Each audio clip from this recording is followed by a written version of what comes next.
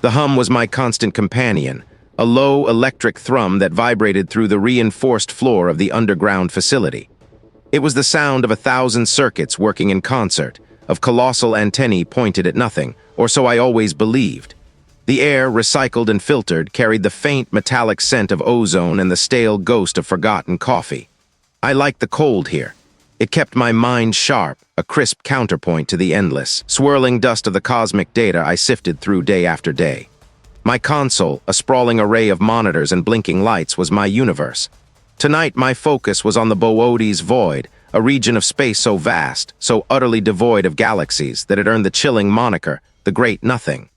Conventional wisdom, my own included, dictated it was a cosmic desert, a graveyard of creation. My fingers moved over the worn keys, a familiar dance, calling up algorithms, adjusting filters, sifting through static that looked like digital snow. My determination was a shield against the quiet. Then it flickered. A single aberrant blip on the primary spectral analysis display, a momentary spike against the perfectly flat line that signified absolute emptiness. My breath hitched, a small, involuntary catch in my throat. I blinked, leaning closer, my eyes scanning the coordinates. It was there, then gone. I told myself it was a transient anomaly, a stray cosmic ray, perhaps a subtle hiccup in the aged hardware. The system was complex, temperamental. I'd seen stranger things dismissed as simple noise. A quick diagnostic sweep of the subharmonic resonators returned a clean bill of health. No error messages. Nothing. Had I imagined it? I pushed the thought away, the logical part of my brain already constructing a plausible explanation, a mental firewall against anything truly unsettling. I reran the scan, focusing on the precise coordinates where the blip had appeared, tightening the observational window. The hum of the facility seemed to deepen, a subtle shift in pitch that only I, after countless hours spent in its metallic embrace, would notice. My eyes fixed on the screen, a canvas of deep indigo and pale green spectral lines. Seconds stretched into a minute. Then it returned. Not a blip this time, but a faint, almost imperceptible ripple, a complex, non-repeating signature emerging from the background noise. My hand froze above the keyboard. This wasn't a glitch. Glitches were random, predictable in their unpredictability. This signal, though weak, possessed an internal coherence, a structure that defied the chaotic nature of cosmic background radiation. It was like finding a single, intricately carved stone amidst a beach of undifferentiated sand. Nothing matched. What was I looking at? I pushed back from the console, the cold metal of the chair pressing against my back. My mind, usually a fortress of logic and data, felt suddenly porous. I needed a moment, a breath of air that hadn't been filtered through a dozen machines. I walked over to the small observation window, a thick pane of reinforced glass that looked out onto a section of the facility's access road. It was empty, of course. But my mind drifted, pulled by a memory. A few weeks ago, before this project consumed me entirely, I'd been at an airport tarmac, the biting wind whipping around me as a de-icing crew worked on a plane I wasn't on. I remembered watching the crew, their movements precise, almost ritualistic, under the harsh, artificial glare of the floodlights, completely oblivious to the silent, immense journey the plane would soon undertake. That world, so mundane and tangible, felt a million miles away now, a thin, fragile skin over something vast and unknown. The memory was fleeting, a small anchor to a reality that felt increasingly distant. I turned back to the console, the screen's glow reflecting in my eyes. It wasn't fading. It wasn't changing. It was present. My hands, trembling slightly, reached for the input devices, dismissing it was no longer an option. My scientific integrity, the very core of my being, demanded I document this. But as I began the meticulous process of logging the anomaly, categorizing its impossible properties, a new, unsettling thought solidified in my mind. It was simply quiet. And now something in that silence was stirring. What did it want? The air, recycled and filtered, carried the faint, metallic tang of ozone and old dust, a scent I'd come to associate with home more than my actual apartment. I sat hunched over the main console, fingers hovering above the holographic displays, the raw data of the void signal scrolling in luminous green across the dark glass. It was just noise, a colleague had called it. Background radiation, a fluke, but I knew better. My gut twisted with an insistent certainty. I'd been staring at the same sequence for what felt like hours, maybe days, the fluorescent lights above buzzing a monotonous counterpoint to the facility's deeper thrum. My eyes burned, gritty behind my glasses. The signal was a chaotic mess of frequencies and amplitudes, a jumble that screamed random to anyone but me. I ran a dozen different algorithms, filtering, correlating, attempting to find any familiar structure. Nothing. It wasn't a pulsar, not a quasar, not even the decay signature of some exotic particle. It defied every known astrophysical signature. A supervisor had peered over my shoulder yesterday, dismissing it as thermal noise from the deep field. His voice laced with the kind of practiced condescension that grated on my nerves. He'd suggested I take a break. He didn't understand. My fingers ached from gripping the edge of the console, my grip tight. The cold from the polished steel seeped into my palms. I rerouted the data stream through a custom filter, one I'd coded myself over sleepless nights, designed to highlight non-linear patterns. This wasn't about finding a message. It was about finding an imprint, something inherent. The green lines on the display flickered, then resolved into a new visualization. Still chaos, still noise, but this time something was different. A subtle rhythm, almost imperceptible, seemed to pulse within the apparent randomness. It was like listening to static and suddenly hearing a heartbeat within it, faint but undeniably present. My own pulse hammered against my ribs, a sudden, frantic drum. I leaned closer, my breath fogging the cool glass. The rhythm wasn't a simple beat. It was a fractal complexity, a pattern that repeated on smaller and smaller scales, yet never quite duplicated itself. It was too intricate for thermal noise, too specific for cosmic background radiation. It was like looking at a drop of water and seeing a miniature, self-sustaining storm system within it. My mind raced, trying to find a natural analog. There wasn't one. This wasn't a natural phenomenon, it was something else entirely. Something crafted. I felt a prickle of unease crawl up my spine. What kind of natural process could spontaneously generate this level of non-random, self-similar complexity? The facility hummed around me, a constant, low drone. I hadn't slept properly in days. The thought of stepping away, of eating, even of showering, felt like an unbearable distraction. It was a secret language whispered in the dark, and I was the only one listening. I had to understand it. I started rerunning the analysis, tweaking parameters, trying to isolate that faint, impossible pulse. This was more important than anything. What if I was wrong? What if I was just seeing what I wanted to see? A notification popped up on a secondary screen, a reminder about a flight, an old commitment. I glanced at the date, then at the time.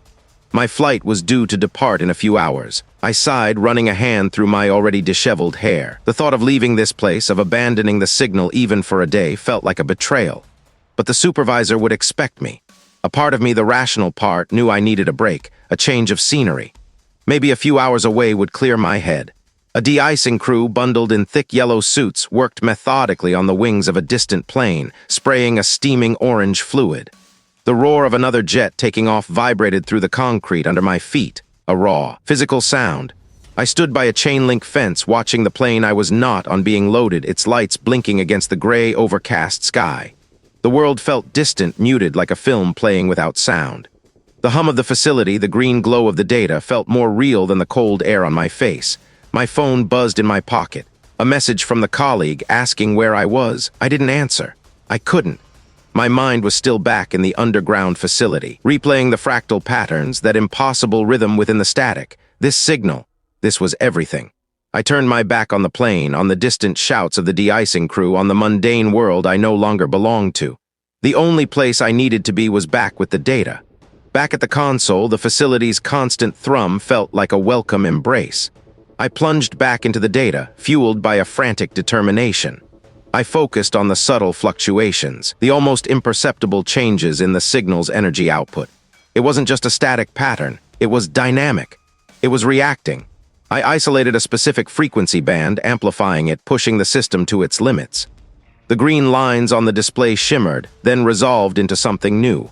Not a language, not a code, but a sequence of incredibly precise energy bursts, each one slightly different, yet adhering to an underlying, complex architecture. It was like observing a single, impossibly intricate snowflake forming, not from water vapor, but from pure, coherent energy. My breath hitched. This wasn't just non-random, it was intelligent. It was a self-organizing, evolving system of information, but how? From where? It defied every known principle of energy transfer and communication. It wasn't broadcasting, it was simply being. This wasn't a discovery, it was an intrusion. A presence. What was it trying to convey by simply existing in such an impossible way? The hum was my constant companion, a low electric thrum that vibrated through the reinforced floor of the underground facility. The air, recycled and filtered, carried the faint scent of ozone and something else, something metallic and cold that had started to cling to the very air itself, a subtle, almost imperceptible tang on my tongue. I had grown accustomed to it, a strange part of the new normal. My determination, however, remained sharp, a focused beam in the dim, humming quiet. The signal was still there, demanding my attention, pulling me deeper into its impossible truth. I leaned closer to the primary monitor, its flat surface normally a crisp display of intricate wave patterns and spectral analyses. Today, though, the edges of the screen seemed to ripple, a subtle distortion that made the data dance just out of focus. I blinked, rubbed my eyes. Fatigue, I told myself, too many hours staring at the void, but the ripple persisted, a ghost in the machine. A moment later, the overhead fluorescent bulbs flickered, not in sequence but erratically like a dying heart. My pulse hammered against my ribs, a sudden, unwelcome guest. The hum itself began to change. It started subtly, a barely noticeable shift in pitch, like a distant choir tuning. Then it deepened, a resonant thrum that vibrated not just through the floor, but through my bones. It felt like pressure in my sinuses, a dull ache behind my eyes. I reached for my comms unit, intending to report the system instability to the operations chief, but the small screen was a blizzard of static. The low, guttural murmur I heard through the earpiece was definitely not the voice of the operations chief. It was something else, a series of clicks and low groans that sounded almost wet. I snatched the unit away, my hand trembling. What was that? A few hours later, a senior colleague, the logistics coordinator, needed a priority data chip delivered to a contact on a departing flight.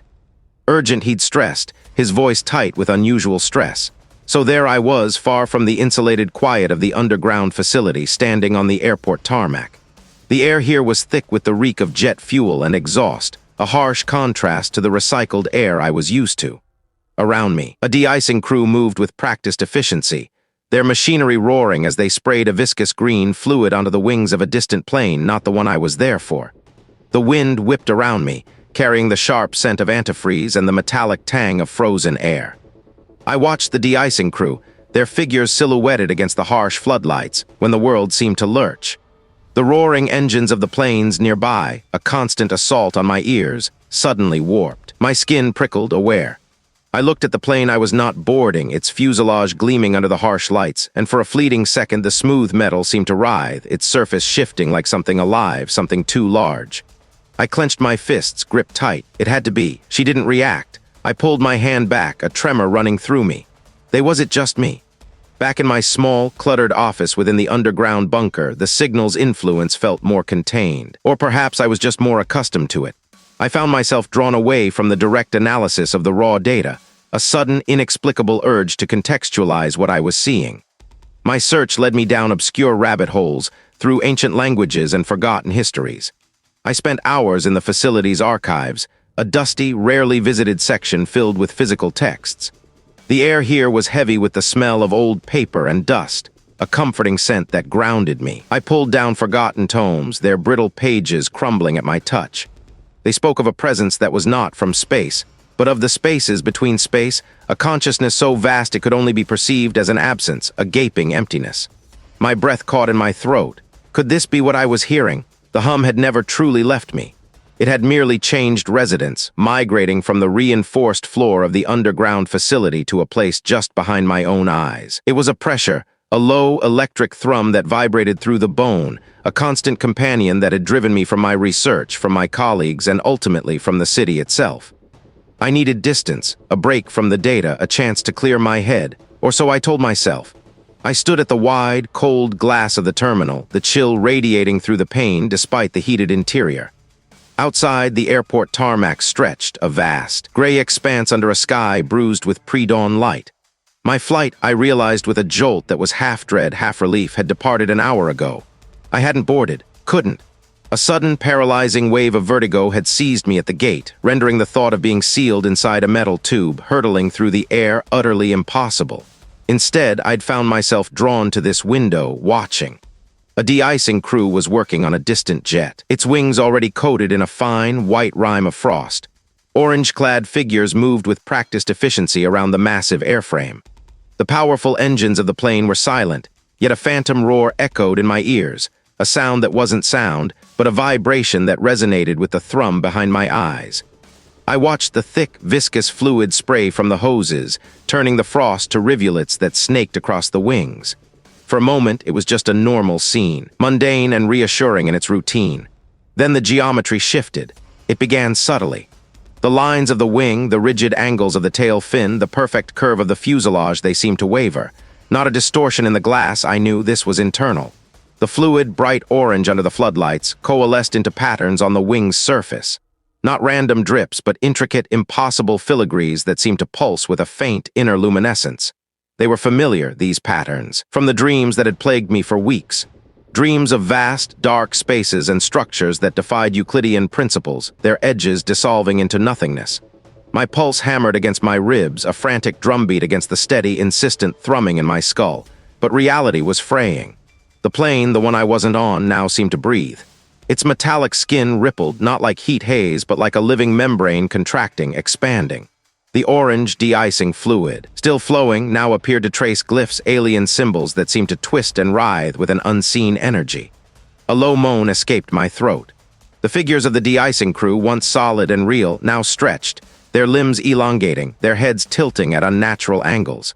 They were still moving, still spraying, but the movements were wrong, too fluid, too slow, like deep-sea creatures caught in an impossible current. Their orange suits bled into the gray tarmac, the colors running like watercolors on a wet canvas. I squeezed my eyes shut, a desperate attempt to reset my vision to banish the impossible.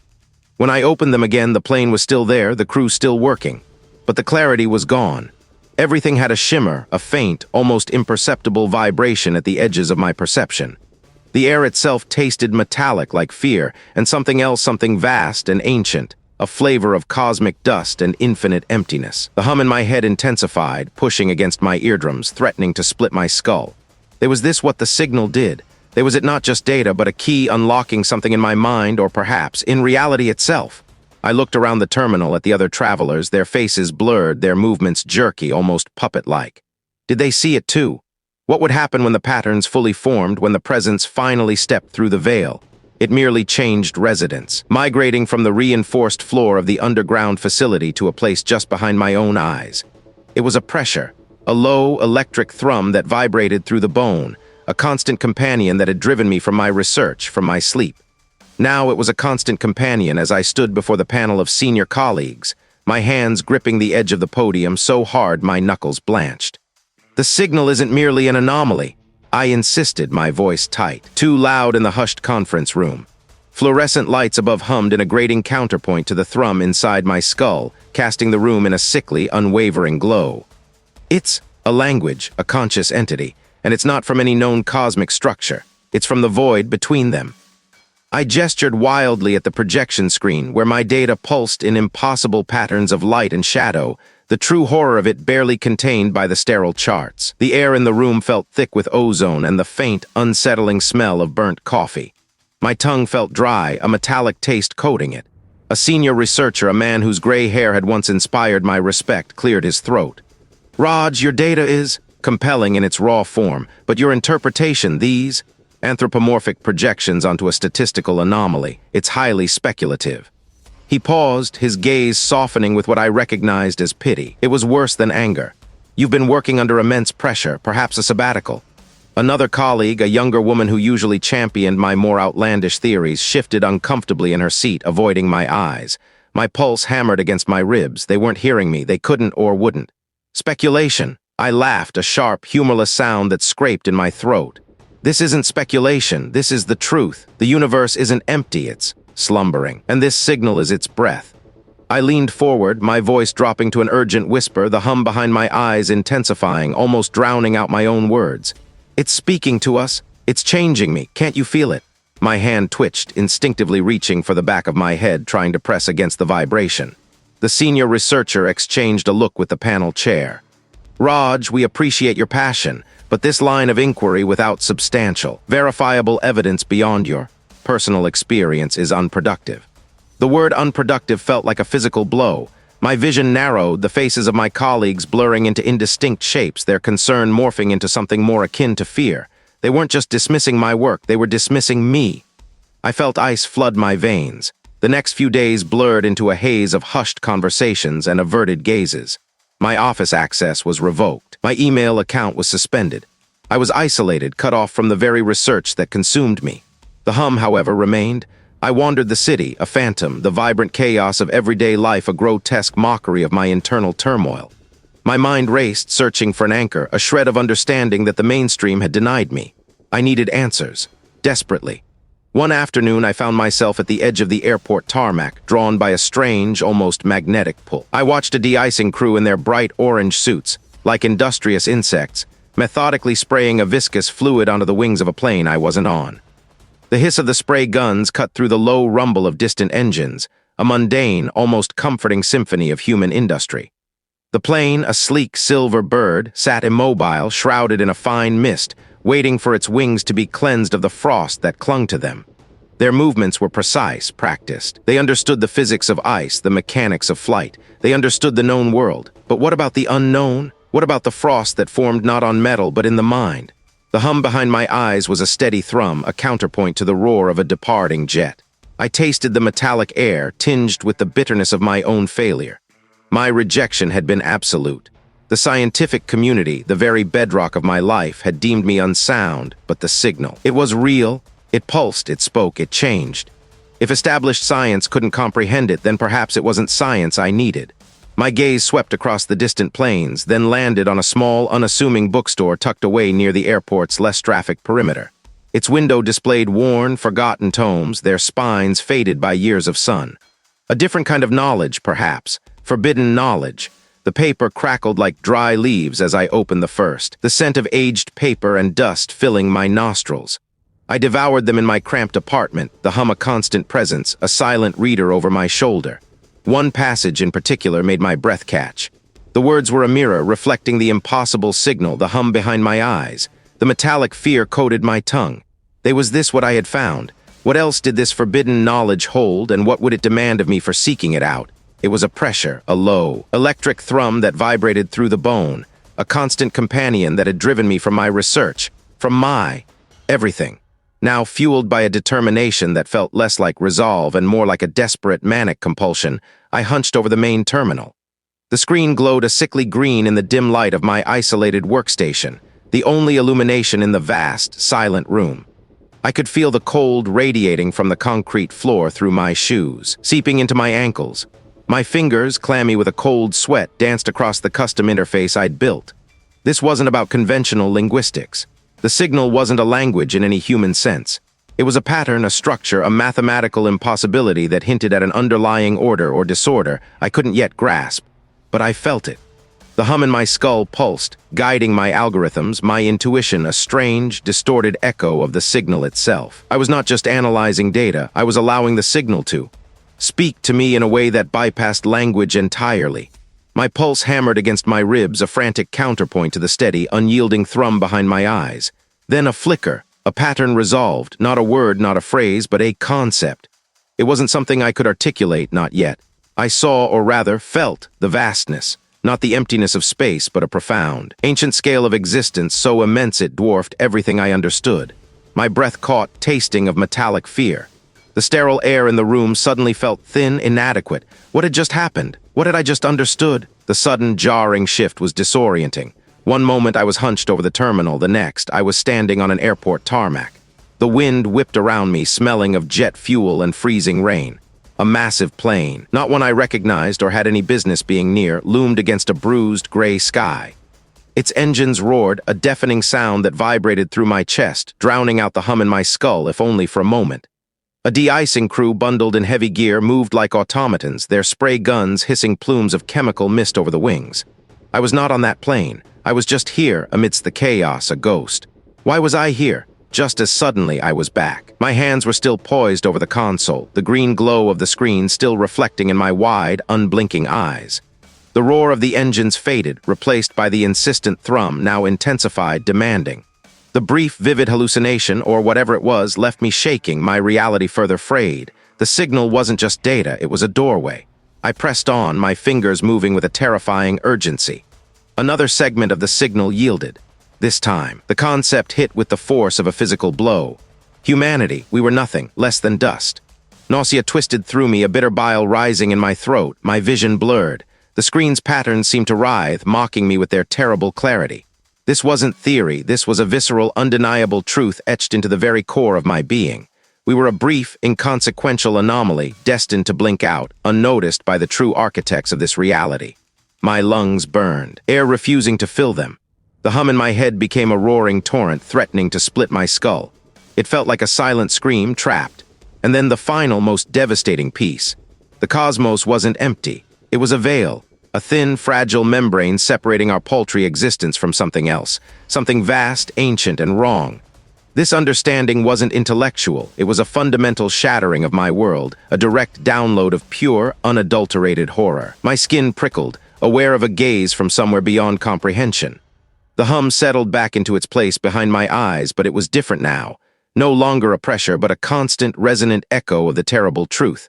I stared at the remaining undeciphered data on the screen, a vast, complex tapestry of incomprehensible patterns. My hands trembled, resting on the cold metal of the console. I knew, I understood, and I wished with every fiber of my being that I did not. What other horrors lay hidden in the signal, waiting for me to pull back the next layer of the veil? Everything. Now it was a constant companion, a silent chord struck deep within the skull, and it had brought me to this cold, exposed place. I stood on the airport tarmac, the bitter wind tearing at my thin jacket, the raw cold biting at my exposed skin. My breath plumed white, instantly snatched away. Above me, a massive passenger jet, a silver behemoth, was undergoing its ritual of preparation. De-icing crew members in thick, insulated suits moved like brightly colored insects around its wings, spraying an orange-green fluid that steamed in the frigid air. The twin engines on the plane I was not on were spooling up, a rising whine that pressed against my eardrums, but it was background noise now. The hum inside me was louder, more insistent. Sleep was a luxury I could no longer afford, a vulnerability the presence within me seemed to reject. My hands, usually steady, trembled slightly as I shoved them deeper into my pockets, feeling the vibrations of the massive machinery through the concrete beneath my worn shoes. The air tasted of jet fuel and something else, something metallic and sharp, like static electricity or fear. The de-icing fluid sprayed onto the wing, running in viscous rivulets. But as I watched, the green-orange liquid seemed to shimmer, not with heat haze, but with an internal luminescence that pulsed almost imperceptibly. The light caught the edges of the wing, and for a fleeting instant, the metal seemed to undulate, to soften and flow like melted wax before snapping back into its rigid form. A trick of the light. A symptom of exhaustion. My mind, I told myself, was playing tricks. It had to be. Yet the hum intensified, a low, resonating frequency that felt less like a sound and more like a direct current through my nervous system. My focus sharpened, cutting through the fatigue. I watched the de-icing crew, their figures crisp against the gray sky, but their movements. They seemed subtly out of sync with the world. A fraction of a second too slow, then too fast. The spray from their hoses left trails in the air that seemed to linger, twisting into impossible shapes before vanishing. No one else seemed to notice. The ground crew continued their work, oblivious to the strange, ephemeral geometry forming and dissipating around them. What did these trivial human concerns matter, truly, when reality itself was a lie? My gaze drifted to the plane's fuselage. The rivets holding the panels together seemed to shift, to rearrange themselves in complex, non-Euclidean patterns that my mind struggled to process. The metal skin of the aircraft rippled, not in reflections, but in actual physical waves that pulsed with an unseen rhythm. It was as if the structure itself was breathing, expanding and contracting with a slow, alien pulse. This was no longer just the hum. This was the sight of it. The signal, the deciphered truth, was bleeding into my perception, stripping away the comforting illusion of a stable, predictable world. This was what the presence had shown me. This was the truth. The wind howled, a sudden gust that whipped my hair across my face, and for a moment the distortions vanished. The plane was solid again, the de-icing fluid merely fluid, the crew just men doing their job. A momentary reprieve. But the hum remained, a steady, unwavering presence behind my eyes, a promise of return. I knew it wasn't gone. It merely receded, waiting for my guard to drop, for my weary mind to open itself again. My heart beat a slow, heavy rhythm against my ribs, not from panic, but from the immense weight of this new understanding. What else would it show me? And how much more could I endure before the truth consumed me entirely? It was a pressure, a low electric thrum that vibrated through the bone, a constant companion that had driven me from my research, from my colleagues, from everything I once considered real. I'd walked away from the data screens, the blinking lights of the servers, the sterile scent of ozone and disinfectant. I'd walked away from the very thought of the void. Now I stood on the edge of an airport tarmac, the biting wind whipping at my coat. The air tasted of jet fuel and exhaust, a metallic, acrid tang that scratched at the back of my throat. Around me, the airport hummed with a different kind of energy, the whine of turbines, the distant shouts of ground crew, the incessant chatter of radio static leaking from their headsets. A de-icing crew, bundled against the raw cold, sprayed an orange-green fluid onto the wings of a plane I wasn't on, its fuselage gleaming wetly under the harsh floodlights.